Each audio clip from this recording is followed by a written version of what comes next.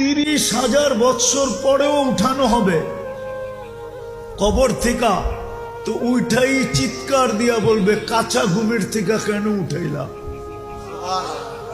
মাত্র তো চোখটা লাগছিল, তুমি উঠাই দিলা। ফেরেশতা হাসবে আর বলবে আল্লাহর ওলি 30,000 বছর ঘুম, তারপরও কাঁচা, এটা পাকবো কবে?